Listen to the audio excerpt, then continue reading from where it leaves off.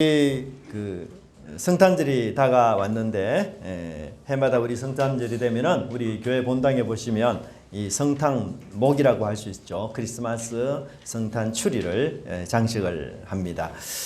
여기에 보면은 별이 장식되어 있기도 하고 또 어떤 곳에서는 사슴과 썰매가 장식이 되어 있기도 하고 아마도 뭐 어느 곳에서나 대표적으로 크리스마스 추리가 장식이 되어 있는 것을 보게 됩니다. 아마도 여러분 가정에도 작은 크리스마스 추리를 장식해서 이 성탄의 의미를 이렇게 기념하라고 할 것입니다. 그런데 한번 여러분 궁금하지 않습니까? 이 성탄 추리가 왜 성탄절과 연결되어서 오늘날까지 이렇게 장식되고 있을까? 이 성탄목의 주 재료가 전나무라고 하는데요. 이 전나무는 도대체 무엇을 의미하면서 이 성탄목에 또 주렁주렁 달려있는 이런 장식품, 이건 또 뭘 의미하고 어떤 유래로 이런 장식품들을 걸게 되었을까? 한 번쯤 우리가 생각할 필요가 있는 것 같아요. 왜냐하면 오늘날에는 이 성탄목에 장식의 참된 의미를 놓쳐버리고 그냥 세속화되고 또 상업화되어서 그런 성탄목만 가득 있는 것이 아닌가 그 생각이 듭니다. 저도 한 45년 뭐 이렇게 신앙생활을 하면서 성탄목에 이런 의미가 있구나 제가 처음 알아서 참 부끄러운 마음으로 여러분들과 함께 이 성탄목에 대해서 잠시 좀 나누려고 합니다. 이 성탄목의 기원은 중세시대로 거슬러 올라간다고 합니다. 당시 사람들이 성탄 전야에 교회 안이나 혹은 교회 밖 광장에서 이 성경의 내용을 소재로 하는 일종의 연극 놀이를 그렇게 했다고 합니다. 저도 중고등학교 시절에는 고등학교 시절에는 유년부 친구들과 함께 모여가지고 예수님 탄생에 대한 연극도 열심히 연습하고 그래서 성탄 전날에는 우리 모든 성도들이 보는 앞에서 이렇게 연극을 행했던 그런 것을 기억이 나는데요. 아마도 중세 시대도 이렇게 성탄 전야가 되면 연극을 했던 것 같습니다. 이 연극에 가장 먼저 등장하는 주인은 누굽니까? 바로 아담과 하와라고 그렇게 이야기하고 있습니다. 아담과 하와가 이 연극에 가장 먼저 등장하고요. 그 다음에 아담과 하와를 이야기할 때 빼놓을 수 없는 게 있죠. 뭡니까? 생명나무. 그렇죠. 그래서 이 전나무가 생명나무를 의미한다. 그렇게 설명하고 있습니다. 그리고는 이 전나무가 생명나무를 의도하는데 그러나 이 아담과 하와가 선악과를 먹지 않습니까? 그래서 이 선악과를 상징하는 사과를 오늘 제가 가져왔습니다. 사과를 이렇게 또 장식을 했다고 합니다. 그래서 이 금단의 열매, 선악과를 상징하는 사과를 그들이 먹었고, 그래서 아마 이 동그란 것은 아마 사과를 뜻하는 게 아닌가 이 생각이 좀 들어요. 그렇게 해서 죽음이 초래되었습니다. 그리고 그 다음에 장식한 것이 그 장미라고 합니다. 장미. 지금은 여러분 장미가 없죠 우리에게. 그런데 이제 그 중세 시대 때 장미를 이렇게 장식을 했는데 이것은 아마도 이제 이사야 11장 1절의 말씀에 근거해서 이 장미를 마치 이새의 줄기에서 나온 어떤 가지로 그렇게 이해를 하고 이 장미가 이제 아주 그 힘든 시기 속에서도 이렇게 아름답게 피어나지 않습니까? 그래서 그것을 하나의 이 부활의 의미로 그렇게 보았다고 해요. 그래서 이 장미를 또 여기에 이렇게 장식을 했다 그렇게 말하고 있습니다. 그 다음에는 사람들이 이 전나무에 제가 과자를 좀 가져왔는데 이 과자를 또 이렇게 매달았다고 합니다. 이것은 바로 생명과 빵이 되시는 예수님을 상징하는 그런 것이었고요. 그 다음에 17세기에 들어와서 이제 촛불을 비로소 이 성탄에 장식하기 시작했다고 합니다. 촛불. 뭐 지금 우리가 빛을 좀 상징하는 게 여기 이제 전기불이 있죠, 그죠? 이것은 바로 세상의 빛으로 오신 예수님을 상징하는 것이다라고 그렇게 설명하고 있습니다. 우리 교회는 여기 이제 별도 있어서 너무 좋은 것 같아요. 예수님을 상징하는 별을. 그래서 이 성탄목의 장식과 관련된 내용을 여러분 보니까 하나의 그 성경 전체를 보여주는 것 같아요. 창세기부터 시작해서 예수님의 탄생, 또 예수님이 이 땅에 오신 역할들 이런 것들을 전체적으로 다 보여주면서 이 예수님의 구속 사역을 다 보여주는 이런 성탄목의 장식이다 하는 생각이 듭니다. 그래서 우리가 이 성탄목을 볼 때마다 생명나무 실과 그리고 선악과와 그리고 그 선악과의 문제를 해결하기 위해서 이 땅에 오신 예수님의 그 빛나는 사역들을 늘 생각하면서 그렇게 살아가면 좋겠습니다. 그래서 우리의 구원주가 되시고 또 생명의 양식이 되시면서 빛이 되셔서 이 죄가 가득한 어둠이 가득한 세상에 말씀으로 우리를 밝혀주시고 인도하시는 이 예수님을 우리가 이 성탄목을 보면서 더욱 생생하게 기억하면 좋겠다 그 생각이 듭니다. 자, 오늘 우리 25일 날은 예수님 탄생을 기념하는 성탄절로 지키는 날인데요. 우리 추집사님도 기도하면서 그런 기도를 하셨지만 제가 퀴즈를 하나 내보겠습니다. 자, 마태복음에서 보면 동방박사가 예수님의 탄생을 축하하기 위해서 왔다. 그리고 예수님께 몇 가지 예물을 드렸습니까? 세 가지. 뭐죠? 황금, 유향, 몰약입니다. 자, 그렇다면 동방박사는 모두 몇 사람이 왔을까요? 첫째는 세 사람, 둘째는 모른다. 정답은 뭐죠? 모른다. 오, 빙고 맞았습니다. 야, 역시 우리 은혜가 넘치는 교회가 성경 박사님들이 많네요. 정답은 몰라요. 우리 찬송가에 보면 동방박사 세 사람 이렇게 나오는데 사실은 그건 잘못된 내용이고요. 선물이 세 개라고 나오고 있습니다. 혹시 여러분들께서 오늘부터 내가 성경을 열심히 읽어서 반드시 동방박사 세 사람을 내가 찾아야 되겠다. 그렇게 찾는 순간 그분은 신학 박사가 되는 순간입니다. 인류 역사상 한 번도 동방박사 세상이라는 걸 찾아본 적이 없기 때문에 그것을 찾는 분들은 반드시 신학 박사가 바로 됩니다. 찾으시면 꼭 저한테 연락 주세요. 제가 축하해 드리겠습니다. 사실 뭐 동방박사 세 사람만 온 건 아니에요. 여러 명의 박사들이 호위하는 군사들과 여행 거리가 얼마나 되겠습니까? 그러니까 사절단 단위로 큰 규모로 왔습니다. 그게 일하는 종들도 오고요. 그래서 수개월을 여행한 끝에 그렇게 예루살렘에 도착했던 것을 우리가 알고 있습니다. 자, 오늘 예수님이 탄생했던 이 내용은 이미 구약 선지자들이 많이 예언을 했어요. 근데 그 가운데서 미가 선지자 역시 이 예수님의 탄생을 예언했는데 무려 몇백 년 전에 예수님의 탄생을 예언하셨는가 하면 무려 700년 전에 미가 선지자가 이 말씀으로 예언하여서 예수님께서 하나님의 아들을 오신 예수님이 이 땅에 오실 것이다 라고 정말 놀라운 위로의 말씀을 그들에게 해 주셨습니다. 그래서 이 미가 선지자가 말씀하는 그 예수님 탄생 어떤 분이신지를 우리가 한번 살펴보면 좋겠는데요. 우선은 자정 능력을 상실한 지도자를 하나님은 심판하겠다 그렇게 말씀하고 있습니다. 여기 본문에 보니까 유다가 굉장히 어려운 절망의 상황에 처해 있음을 이야기하고 있습니다. 바벨론에 의해서 멸망하기 직전의 그런 상황이었어요. 바벨론의 느부갓네살 왕이 이 예루살렘을 애워사는 그런 일이 있었습니다. 그래서 1절에 그들이 우리를 애워쌌다라고 말하고 있습니다. 바벨론의 엄청난 공격으로 예루살렘은 마치 감옥 안에 갇힌 죄수처럼 또 새장 안에 갇힌 새처럼 이렇게 도망할 곳도 없고 피할 곳도 없는 정말 너무너무 절박한 그런 상황에 이르게 되었습니다. 이 압도적인 바벨론의 군사력에 의해서 예루살렘은 저항도 못한 채 그냥 그 안에 갇혀서 꼼짝도 못하도록 그냥 꽁꽁 묶여있는 이런 위기 속에 빠졌습니다. 그래서 예루살렘은 이 풍전등화의 위기 속에 빠졌고 머지않아 애워싼 바벨론 군사들이 총 공격으로 인해서 예루살렘에 많은 사람들이 죽고 또 살아난 사람들은 몽땅 이 바벨론의 포로로 잡혀가는 그런 끔찍한 일들이 있게 될 것입니다. 마치 여러분 사업을 하다가 부도가 난 것과 참 유사합니다. 그래서 부동산, 금융재산, 동산 등의 차압이 들어오기 시작하고 여기저기에 빨간 딱지가 붙었고 이 딱지가 붙은 재산은 절대로 손을 대지 못하도록 하는 이런 상황입니다. 한때는 내 마음대로 그렇게 사용하고 내 것이었는데 이 딱지가 붙는 순간 강제 회수가 진행이 되고 어떤 것도 손댈 수 없는 이런 절박한 상황에 처한 것인데 지금 유다가 바로 이런 끔찍한 상황에 있게 되었습니다. 사실 유다는 나라가 세워진 이후로 단 한 번도 겪지 않았던 일을 지금 겪게 되는 것이죠. 또한 성전이 파괴되는 성전이 여러분 솔로몬이 화려하고 너무나 웅장한 성전을 건축한 지 370여 만에 이 성전도 무너질 그런 상황에 이르게 되었어요. 좀 미래는 너무 절망적이고 재기의 가망성도 전혀 없는 그런 상황이었습니다.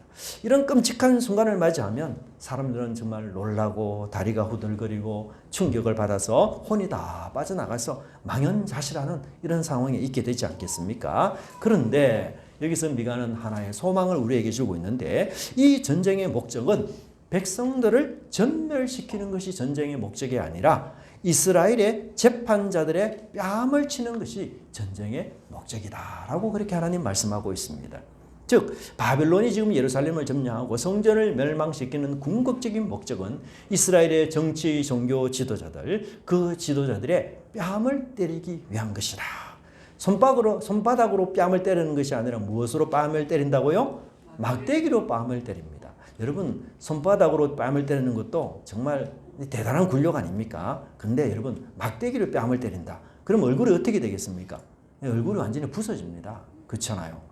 그리고 더 이상 뭐 식사를 못해요. 그렇잖아. 입안이 다 터지고 그래서 원상 회복이 불가능합니다. 한동안 음식도 먹지 못하고 완전 사람이 기형적으로 되어버리고 뭐 얼굴도 고기도 들 수 없는 그 끔찍한 굴욕의 상황에 이르게 된다라고 그렇게 말씀하고 있어요. 그렇다면 하나님께서 왜 이 유다의 재판자들을 이렇게 심판하시는가? 유다의 멸망의 원인이 바로 악한 지도자들이었기 때문이었습니다. 약하고 가난한 백성들을 돌보고 섬겨야 할 지도자, 하나님의 대신해서 통치해야 할 그 지도자가 오히려 백성들의 살과 가죽을 벗기는 끔찍한 만행을 저질렀기 때문에 하나님께서 이들을 심판하겠다 그렇게 말씀하고 있는 것을 보게 됩니다. 하나님께서는 이스라엘 백성들에게 목자를 붙여주셨습니다. 이 양무리의 목자가 되는 지도자들은 이 자신들의 선한 목자 역할을 감당해서 하나님의 양을 잘 양육하고 돌보고 치료하고 강건하게 그렇게 해야 될 사명이 있는데 오히려 이 지도자들은 오늘 성경 말씀에 미가서 말씀에처럼 백성들의 가죽을 벗기고 쌀을 꺾으며 그리고 뼈를 꺾는 끔찍한 일들을 자행했던 것이었어요. 그들은 양을 돌보는 자가 아니라 양을 도살하는 자들이었어요. 백성들을 섬기는 지도자가 아니라 백성들을 도탄에 빠지게 하는 그런 사람들이었습니다. 우리나라에 2011년에 도가니라는 영화가 나왔습니다. 인화 학교에서 일어난 실제 사건을 이 도가니라는 영화를 만들어서 상영을 했는데 이 당시 사회에 큰 충격과 파장을 가져오는 그런 영화였어요. 한 교사가 청각장애인 특수학교 인화학교에 부임을 했는데 겉으로는 이 학교가 장애인들을 잘 섬기는 것 같았지만 그러나 실제로 학생들은 그곳에서 지속적인 성폭력, 폭행, 학대 이런 많은 어려움을 당한다는 것을 알게 되었어요. 그래서 이 교사가 가만 있지 못하고 신고를 했습니다. 근데 문제는 재단과 경찰 그리고 심지어 법원까지도 한 통속이 되어서 조직적으로 이 사건을 은폐하고 묵인했던 이런 일이었습니다. 비록 그 일이 적발이 되어서 법에 넘겨졌지만 법이 정하는 형량보다도 훨씬 짧은 형량을 받았고 집행유예가 선고되기도 하였고 뿐만 아니라 일부 교사들은 다시 학교로 복직하는 이런 일까지 있었다고 합니다. 그래서 이 영화 때문에 2011년에 도가니법이라는 게 우리 국회에 다시 제정이 되었어요. 그래서 이 장애인 아동을 대상으로 하는 성범죄에 대해서는 공소시효를 아예 폐지하자. 또 대폭 연장하자. 이렇게 법이 바뀌었고 처벌 수위도 굉장히 강화되었다라고 그렇게 말합니다. 여러분 학생을 돌보는 교사가 아니라 학생을 성폭행하는 교사, 학대하고 폭력을 행하는 교사 여러분 어떻게 처리해야 되겠습니까? 그런데 지금 이스라엘의 지도자들이 이와 똑같았어요. 그래서 하나님이 이들의 뺨을 내가 막대기로 때려서 그들을 내가 심판하겠다. 그렇게 하나님 말씀하고 있습니다. 여러분 어떤 공동체든지 문제가 있을 수 있죠. 문제가 있는 사람이 모이는데 어떻게 문제가 없는 공동체가 있을 수 있습니까? 예? 그런데 어떤 문제가 생기면 내부에서 자정 역할을 통해서 대부분은 그 문제를 해결합니다. 여러분 우리 건강한 몸에도 암세포가 매일 생길까요? 안 생길까요? 매일 생깁니다. 무려 몇 개요? 약 한 5천 개 내지 1만 개 정도의 비정상 암세포가 생긴다고 해요. 이게 비정상을 가만히 놔두면 암세포로 이제 이게 발전이 되거든요. 우리 몸에 하루에 약 한 37개 조의 세포가 있고 매일 수십억 개의 세포가 계속 분열을 한다고 합니다. 그런데 가끔 유전자 오류가 생겨가지고 하루에 한 5천 개 내지 1만 개 정도는 비정상 세포, 이걸 이제 놔두면 암세포로 발전하는데 이런 세포가 계속해서 몸에서 발생한다고 해요. 예. 그런데 여러분 그 비정상 세포가 암세포로는 발전하진 않거든요. 그 이유가 뭐죠? 우리 몸에 자정 기능이 있기 때문에 그래요. 그래서 이 면역세포가 우리 몸을 구석구석 다 돌아다니면서 암세포 후보군이 되는 악한 세포들을 전부 제거하거나 잡아먹거나 아니면 이 자살 기능이 있다고 합니다. 우리 몸세포에 악한 세포들이. 그렇게 해서 이 자정 기능이 잘 이루어져서 매일매일 5천 개 내지 1만 개의 암세포가 우리 몸에서 끊임없이 발생하더라도 우리가 암에 걸리지 않는 거예요. 근데 여러분 만약에 이 자정 기능이 정지되면 어떻게 될까요? 그때는 이 암세포가 활성화됩니다. 그래서 암병으로 우리가 발전하게 마련이에요. 그러면 더 이상 내 힘으로 내 이 병을 고칠 수가 없습니다. 그때는 누구의 힘을 의지해야 됩니까? 외부의 힘을 의지해야 돼요. 의사의 손에 우리 몸을 맡겨야 됩니다. 그래서 병원에서 치료를 받아야 회복이 돼요. 그런데 이스라엘이 지금 이런 상황이라는 거예요. 자정 영역을 완전히 감당하지 못하고 그 기능을 상실해서 이제는 자기 치료, 스스로 치료가 안 되는 거예요. 온몸에 암이 지금 다 뒤덮여가지고 정상 기능이 지금 안 되는 겁니다. 그래서 하나님께서는 의사가 되셔서 이 암을 제거하고자 그렇게 하나님 하시는 거죠. 근데 누구를 동원해서 이 암세포를 제거하고자 합니까? 바벨론을 동원해서 하나님께서 그동안 암세포 역할을 했던 이 지도자들을 내가 몽땅 심판하겠다. 근데 여러분 이게 백성의 입장에서 보면은 슬픈 일이에요. 왜? 지도자와 백성은요 운명 공동체입니다. 그렇지 않습니까? 지도자가 망한다는 것은 나라가 망한다는 뜻이거든요. 부부가 운명 공동체고 우리 부모와 우리 자녀들이 운명 공동체 아닙니까? 부모가 불행하면 자녀들도 불행한 거 마찬가지예요. 백성과 지도자는 운명 공동체입니다. 그래서 이 지도자가 이렇게 불행에 빠진다는 것 백성들도 마찬가지로 불행해지는 거예요.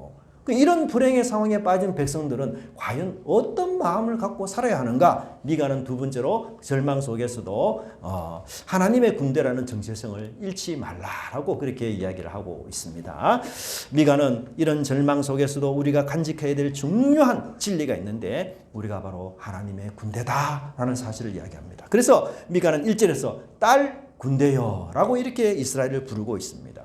여러분 딸은 이스라엘을 상징하잖아요. 딸이라는 말 자체는 뭐예요? 무능하고 무기력하고 그래서 강력한 바벨론에 대항할 수 없는 그런 존재를 암시하고 있습니다. 그렇습니다. 우리가 약육강식이 지배하는 이 세상에 연약한 딸은 여러분 이 세상의 먹이가 될 수밖에 없고 짓밟힐 수밖에 없는 거죠. 그런데 하나님은 이들을 향해서 뭐라고 부릅니까? 너희들은 군대다. 딸이지만 하나님의 군대다. 연약한 자이고 바벨론에게 지금 무시당하여 짓밟히는 이런 상황에 있지만 그러나 사실은 하나님이 함께하는 군대다. 그것을 잊지 말라는 사실입니다. 나라를 잃고 성전이 파괴되는 이런 충격, 이런 트라우마 속에서도 나는 하나님의 군대야 라는 마음, 그 믿음, 그걸 결코 잃지 말라 그런 말입니다. 야 바벨론이 강해서가 아니야. 하나님께서 이스라엘 지도자들이 너무 범죄를 해서 그래서 이스라엘 지도자를 처리하기 위해서 이 일을 지금 하고 있어. 바벨론의 힘을 잠시 하나님이 이용하는 것뿐이야. 바벨론이 비록 우리를 지배하고 통치해서 야 역사의 주인공은 우리야. 이렇게 바벨론이 말할 수 있지만 그러나 그게 아니야. 바벨론은 하나님의 구속교회에게 이용당하는 수단에 불과한 거야. 비록 너희들이 지금은 승리자라고 자만하고 교만하지만 아니야. 역사의 주인공은 하나님이야. 그리고 그 하나님을 믿는 딸 그 이스라엘이 유다가 바로 역사의 주인공이다 라는 이 믿음 이것을 끝까지 견지하라 그렇게 말하고 있습니다. 여러분 포로지만 눈에서 빛이 있어야 돼요. 믿음의 빛이 나와야 되고 하나님의 군대라는 자부심을 가져야 됩니다. 여러분 살아있는 생선과 죽은 생선의 가장 중요한 차이점은 뭡니까? 눈에 빛이 사라지는 거예요. 네, 눈에 빛이 없습니다. 죽은 생선 눈에는 빛이 없어요. 어둡습니다. 희미합니다. 비록 포로민이라 할지라도 눈빛만큼은 죽지 말라. 성자인 바벨론보다도 더 확신에 가득한 눈빛으로 이 세상을 살아라. 생기를 가지고 활력을 가지고 겉으로 보면은 바벨론 사람이 아니라 유다 사람이 승리자인 것 같네. 그런 마음으로 그런 모습으로 이 땅을 믿음으로 살아가라. 너희들의 정체성은 군대다. 군대 같은 포로가 되라. 질서 있는 포로, 희망 있는 포로, 정신이 살아있는 포로, 그런 포로가 되라고 하나님이 우리에게 요청하고 있는 것입니다. 근데 만일 우리가 이런 절박한 상황에서 내가 하나님의 군대라는 이 단어를 잊어버리면 어떻게 됩니까? 바로 바벨론의 빌부터 사는 종이 되고 맙니다. 그들에게 잘 보여야 콩고물이라도 떨어진 그들의 비유를 맞추며 살려고 하는 것이죠. 바벨론에 그냥 아부하는 사람이 되고 마는 것입니다. 세상에게 고개를 숙이고 세상에게 잘 보이기 위해서 내 양심도 내 믿음도 내던지고 세상에 꼬봉이 되어서 그렇게 살게 되는 것이에요. 그런 사람은 딸 군대가 아닙니다. 내가 비록 가난하고 내가 비록 정으로 살고 내가 비록 빌어먹는 신세가 있다 할지라도 나는 여호와의 군대의 품위를 결코 잃지 않을 것이다. 나는 하나님의 백성이라는 이 자부심을 결코 버리지 않을 것이다 라는 것을 이야기하고 있습니다. 여러분, 하나님께서 이렇게 포로라는 아주 극약 처방을 통해서 이스라엘을 마구잡이로 흔드시는 이유가 도대체 뭡니까? 그것은 바로 따라합시다. 버릴 것은 버리게 하시고 지킬 것은 지키게 하기 위함입니다. 네. 버릴 것은 버려야 돼요. 그러나 지킬 것은 지켜야 됩니다. 뭘 버려야 됩니까? 유다를 절망에 빠뜨리는 정치, 종교 지도자들을 버려야 돼요. 그들은 하나님으로부터 많은 재능과 능력을 부여받았지만 오히려 악을 좋아하고 악을 탐하는 자들이 되고 말았습니다. 그래서 하나님이 그들을 심판하시는 겁니다. 그런데 우리 마음속에도 여러분 이 지도자가 가졌던 악한 본성이 있지 않습니까? 우리도 권력의 자리를 앉기를 원하고 있지 않습니까? 높은 자리에 올라가서 내 마음대로 내 뜻대로 하고 싶은 때가 없습니까? 그런 자리에 올라가기 위해서 악의 하수인이 되기도 하고 세상과 손을 잡고 그 악한 명령에 따르는 경우도 있지 않습니까? 예배와 기도는 근성으로 드리고 대신 나는 세상에 성공해야 되겠다. 나는 출세해야 되겠다. 거기에 목을 메고 세상에서 성공하고 출세하는 꿈을 위해서 정직도 믿음도 버리고 그렇게 살아간다면 우리 역시 악한 지도자와 다를 바 없는 그런 모습입니다. 그러므로 그런 악을 버려야 하고 쫓아내야 되고 그리고 단절하고 외면하고 거부해야 된다는 것입니다. 그런데 지켜야 될 게 있어요. 무엇입니까? 바로 군대라는 것입니다. 여호와의 군대라는 이 정체성, 이것은 어떤 상황에서도 내가 결코 잊지 말아야 된다. 나는 권력도 힘도 재물도 없지만 그렇다고 해서 하나님 백성이라는 이 자부심과 정체성까지는 버려서는 안 된다.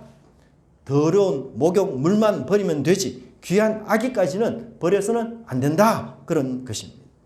그런데 이런 소망을 갖고 사는 사람들을 하나님이 바로 딸 군대를 향해서 어떤 축복의 말씀을 주십니까? 바로 너희들에게 내가 새로운 목자를 주겠다라고 하나님 말씀하고 계십니다.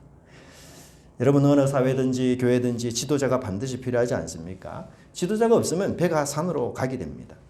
지도자가 있기는 하지만 이 공동체 안에 발생하는 문제를 해결하지 못하면 이 사람들은 이 공동체에 소망이 없구나, 희망이 없구나 이렇게 해서 뿔뿔이 흩어집니다.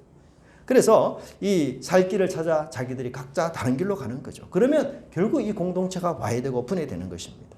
그런데 지금 유다를 다스리고 있는 이 지도자가 바로 사꾼이요, 양의 등을 쳐서 먹는 악인들이었고, 그래서 하나님은 이 거짓된 사꾼을 내가 심판하고 새로운 시대를 이끌어줄, 그리고 온전한 새 지도자를 하나님이 주시겠다, 그렇게 약속하고 있는 것입니다. 그러면 이 새 지도자는 어디에서 태어나야 하겠습니까? 이왕이면 유대에서 최고로 인정받는 도시, 넘버 3 안에 드는 도시, 예루살렘. 그렇죠? 그쪽에서 태어나야 되지 않겠어요? 기왕이면 강남에서 태어나는 사람 해야 돼. 강남 중에서도 정말 재벌가, 연예인, 자산가들이 다수 거하는 어떤 동네입니까? 압구정동, 청담동. 그런 데서 태어나야 되지 않습니까? 그런데 베들레헴 에브라다요? 여러분, 유대인은 베들레헴이라는 지명이 여러 곳에 있다고 해요. 그래서 에브다라라고 일컫는 베들레헴이 바로 이쪽에서 태어났다라고 이야기하고 있습니다. 지금은 여러분 이 베들레헴이 예수님의 탄생지로 굉장히 유명하고 이렇지만, 그러나 사실 이 당시는 유다 고을 중에서도 정말 작은 도시였다. 청담동이 아니라 청송 꼴짝이었다. 그렇게 이야기하고 있습니다. 사회에서 정말 버림받고 불황한 사람들, 가난한 사람들, 신용불량자들, 병든 자들, 범죄자들, 그런 사람들이 사는 마을 정도처럼 이렇게 취급될 정도였어요. 어떻게 이런 곳에서 이스라엘을 다스리는 지도자, 하나님의 나라를 회복할 영원한 지도자가 태어난다는 것입니까? 왜 하필이면 이 위대한 사람, 영원한 하나님의 아들은 다홍치마라고 해서 좋은 도시 예루살렘, 좋은 가문의 제사장의 아들로 그렇게 태어난 것이 아니라 이렇게 작은 곳, 가난한 목수의 아들로 주님이 태어나셔야 하는가, 그 말입니다. 이는 가장 낮은 곳에 사는 가장 낮은 사람을 구원하기 위해서 예수님께서 유다 고을 중에서도 낮은 고을에 태어났던 것을 보게 됩니다. 여러분, 세상에서 가장 낮은 사람은 어떤 사람들입니까? 누구입니까? 죄인들입니다. 실패자들입니다. 무능한 자들입니다. 병든 자들입니다. 여러분 실패 한번 해보십시오. 정말 우리 자신이 무능하다는 생각이 들지 않습니까? 야, 내가 죄인이구나 그런 생각 들지 않습니까? 내가 문제의 원흉이구나 이런 생각이 들 거예요. 그래서 마음에 많은 자책이 있을 것입니다. 제가 우리 교회를 목회하면서 가장 가슴 아픈 순간이 있었어요. 정말 내가 목회에 실패했구나 그런 생각이 있었습니다. 우리 교회 몇 분이 교회를 떠나는 일이 있었어요. 제가 우리 교회 초기에 왔을 때 그 떠나신 분들이 이렇게 말했습니다. 목사님, 우리 교회 오래 계시면 좋겠습니다. 그런데 그 말을 하시던 그분이 먼저 우리 교회를 떠났어요. 정말 잠이 안 왔습니다. 그분이 떠난 거 전부 저의 책임처럼 느껴졌어요. 그래서 저는 끊임없이 과거로 돌아가서 내가 이 교회에 오지 않았더라면 그분은 계속해서 이 교회에서 행복하게 신앙생활 하지 않았을까? 하나님께서 정말 이 교회에 내가 목회하는 걸 원하시는가? 그러면 나는 왜 하나님의 양들을 풍성하게 하지 못하는가? 내가 그랬던 욕망을 갖고 지금 목회하는 것은 아닌가? 이런저런 실패가 여러분 제 마음을 죄인으로 정죄하기에 충분했습니다. 정말 기운이 다 빠지고 한동안 새벽기도 나와서 하나님께만 제가 따지기만 했습니다. 하나님 왜 이런 일을 우리 교회에 주십니까? 근데 저만 이런 실패, 이런 좌절을 겪는 건 아니라고 생각이 듭니다. 여러분들 실패 겪고 무능하다고 느껴질 때 죄인으로 여겨지지 않았습니까? 원하지 않는 부도 때문에 죄인이 되기도 합니다. 그때 우리는 작은 곳 베들레헴 에브라다에 사는 사람이 되는 것이에요. 실패하지 않은 인생이 있을까요? 죄인이 아닌 인생이 있을까요? 완전 무결점의 인생은 이 세상에 없어요. 실상 모든 인류는 작은 자들이요, 죄인들이요, 베들레헴 에브라다에 살아야 될 사람들입니다. 그런데 여러분 사람들은 작은 곳을 찾지 않습니다. 실패와 좌절 그리고 병든 사람 그리고 무능으로 작아진 이 사람들 찾지 않습니다. 그 사람들 내 기억 속에서 사라지게 합니다. 그 사람들과 멀어지려고 해요. 그래서 작은 사람들은 소외된 사람들이에요. 그런데 예수님이 이러한 작은 자들과 함께 하시고 죄인들을 구원하시기 위해서 가장 낮은 도시, 가장 천한 도시의 자원에서 태어나기를 원하셨던 것을 보게 됩니다. 무엇을 말합니까? 가장 절망적인 죄인도 예수님을 진심으로 따른다면 얼마든지 새 사람으로 변할 수 있다라는 것을 우리 주님 말씀해 주는 거 아닙니까? 그래서 예수님은 십자가의 마지막 숨을 거두시는 그 순간에 가장 절망적인 죄인인 한편 강도를 향하여 예수님 뭐라고 말씀하셨습니까? 예수께서 이르시되 내가 진실로 네게 이르노니 오늘 네가 나와 함께 낙원에 있으리라. 사람들은 능력이 중요하다고 생각합니다. 그렇습니다. 능력 있는 사람 알아줍니다. 능력 있는 사람 고용하고 세상은 능력 있는 사람을 찾아요. 그래서 스펙이 필요하고 경험도 필요하고 자격증도 필요합니다.